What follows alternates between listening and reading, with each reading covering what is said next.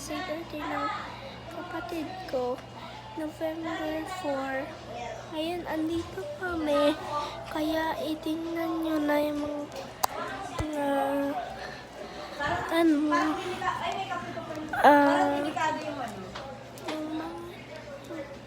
wait lang. Tsaka bukas magsiswimming kami. Kasi bawal pa ngayon. Kasi sabi ng guard, bawal raw kami kasi may nasugatan daw dito sa swimming pool, kaya bukas pwede na. Ito lang yung naman. Ito yung mga swimming pool. Dito guys yung swimming pool. Ito yung swimming pool.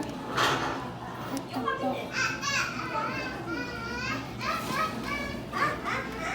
Ito po.